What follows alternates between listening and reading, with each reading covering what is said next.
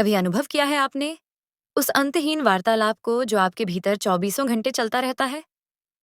एक आवाज जो कभी अतीत के पन्ने पलटती है तो कभी भविष्य के अनजाने डर बुनती है। एक आवाज जो आपको बताती है कि आप कौन हैं, आपकी क्या कीमत है, आपने क्या खोया और आपको क्या पाना है। ये आपको सलाह देती है, आपकी आलोचना करती है, आपको सपने दिखाती है और आपको डराती भी है। हम सब इस आवाज के साथ जीते हैं। लेकिन क्या हमने कभी एक पल रुककर पूरी ईमानदारी से खुद से ये पूछा है कि ये आवाज, ये निरंतर चलता हुआ शोर असल में है क्या? और क्या ये सच में मैं हूं? आज हम एक ऐसी यात्रा पर निकल रहे हैं जो आपको आपके ही भीतर की सबसे गहरी सच्चाई से मिलाएगी। ये एक ऐसा सत्य है जो पहली बार में आपको झकझोर सकता है, लेकिन अगर आपने इसे समझ लिया तो ये आपको एक ऐसी स्वतंत्रता देगा जिसकी आपने कभी कल्पना भी नहीं की होगी। आज का हमारा गहरा चिंतन है, तुम्हारा मन एक झूठ है जिसे तुमने सच मान लिया है। यह कोई दार्शनिक पहेली नहीं है, बल्कि ये आपके और मेरे जीवन की सबसे बड़ी हकीकत को उजागर करने का एक प्रयास है। चलिए, इस मायाजाल के धागों को एक एक करके खोलते हैं। सबसे पहले हमें इस मन नामक तंत्र की कार्यप्रणाली को समझना होगा। मन कोई दुश्मन नहीं है। ये प्रकृति द्वारा हमें दिया गया एक अद्भुत सर्वाइवल टूल है, एक शक्तिशाली जैविक कंप्यूटर। इसका प्राथमिक काम है हमें इस दुनिया में सुरक्षित रखना। लेकिन समस्या तब खड़ी होती है जब ये टूल खुद को हमारा मालिक समझ बैठता है और हम भी इस धोखे को स्वीकार कर लेते हैं। मन के इस मायाजाल के चार मुख्य स्तंभ हैं। मन एक अनथक कहानीकार है। ये आपके जन्म से लेकर आज तक के हर अनुभव, हर जानकारी, हर तारीफ और हर अपमान को इकट्ठा करके आपके बारे में एक कहानी बुनता है। इस कहानी का मुख्य पात्र है मैं। उदाहरण के लिए, अगर आप किसी परीक्षा में असफल हुए तो मन सिर्फ उस घटना को याद नहीं रखता, बल्कि वो एक कहानी बनाता है। मैं एक असफल इंसान हूं। और ये कहानी इतनी बार दोहराई जाती है कि ये आपकी पहचान बन जाती है।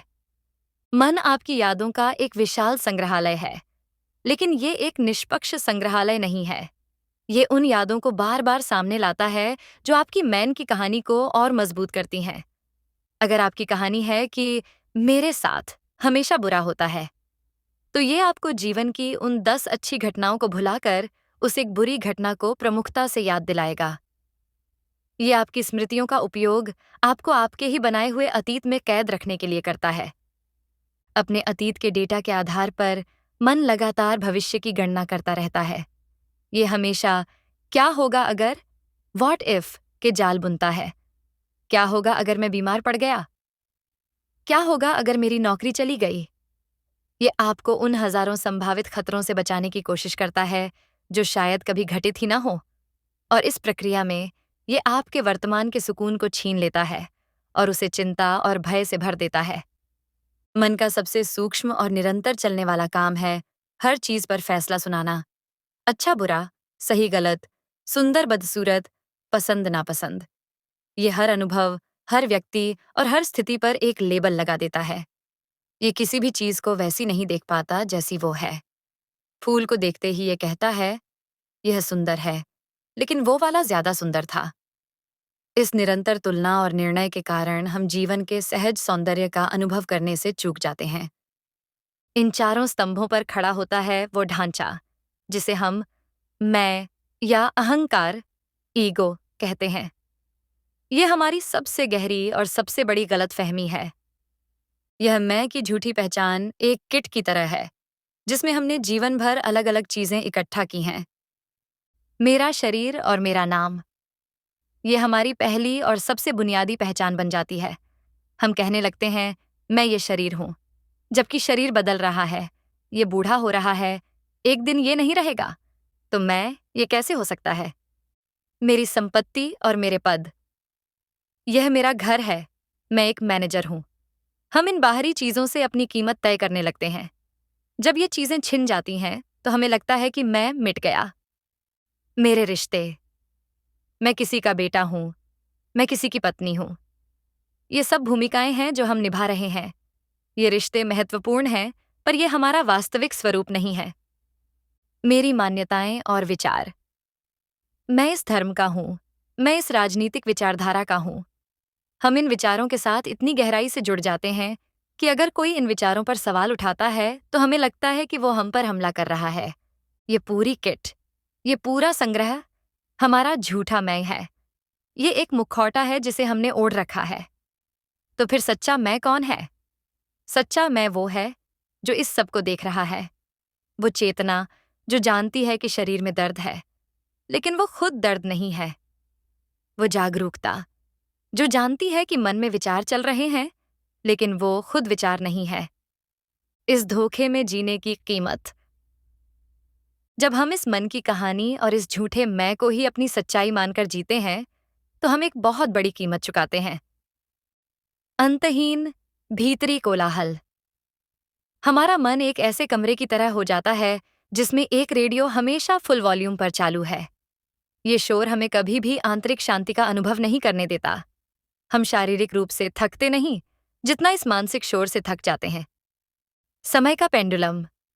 हमारा जीवन एक पेंडुलम की तरह अतीत और भविष्य के बीच झूलता रहता है।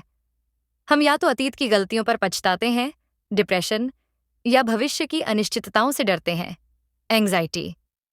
इस चक्कर में हम जीवन के एकमात्र सत्य, वर्तमान क्षण, को पूरी तरह से खो देते हैं। निर्णय का कारागार। हर चीज को अच्छा बुरा कहने की आदत हमें एक अदृश्य जेल में बंद कर देती है। हम जीवन के प्रवाह को स्वीकार नहीं कर पाते।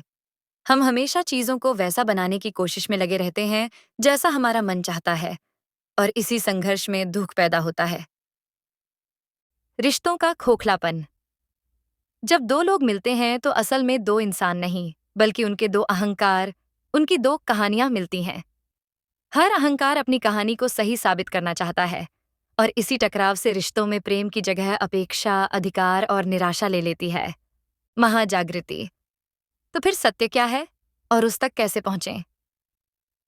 अगर मन की यह कहानी एक झूठ है तो सत्य क्या है?